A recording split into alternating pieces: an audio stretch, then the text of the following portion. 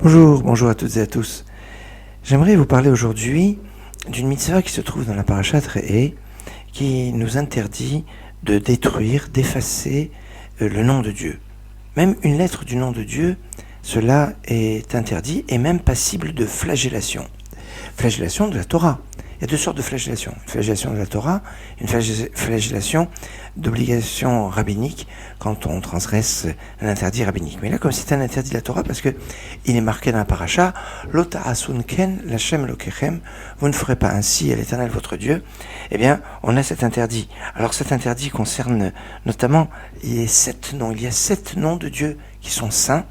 Le premier, c'est ce qu'on appelle le nom ineffable, Shem HaMeforash, qui s'écrit Yud, plus loin He, plus loin Vav, et plus loin He. Je dis plus loin pour ne pas le décrire comme ça, parce que on ne doit pas donner ce nom. Il n'y avait que le grand prêtre, le jour de Kippour, qui le prononçait tel qu'il est écrit, de cette façon.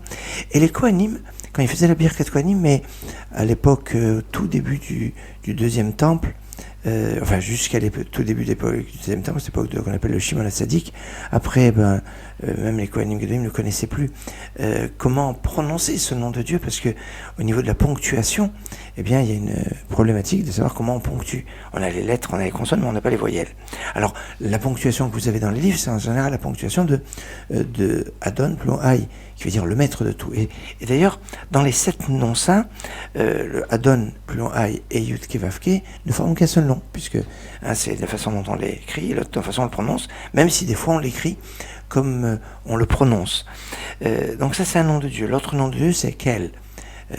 C'est Aleph Lamed, c'est donc le nom de Dieu, comme dans le nom de Israël, Raphaël, tous les noms d'anges. C'est Eloka, Elohim, et qu'on retrouve dans le livre de Shemot, chapitre 3, verset 14, je suis celui qui sera. Et les deux autres noms qui manquent, c'est Shaddai et Tsevaot, maître de tout, et Tsevaot, maître des armées.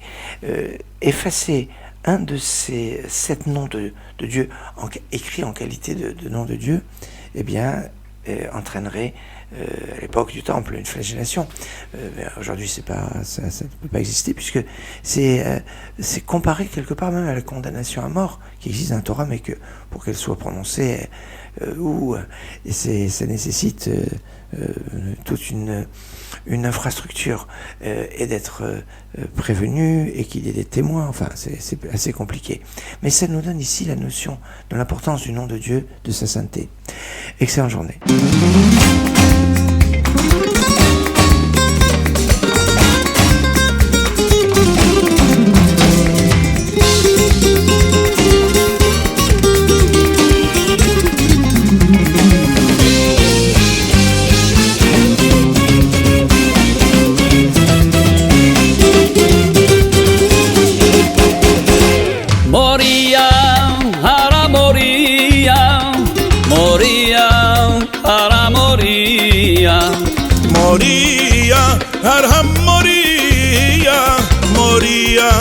הר המוריה ממך גובל כל התבל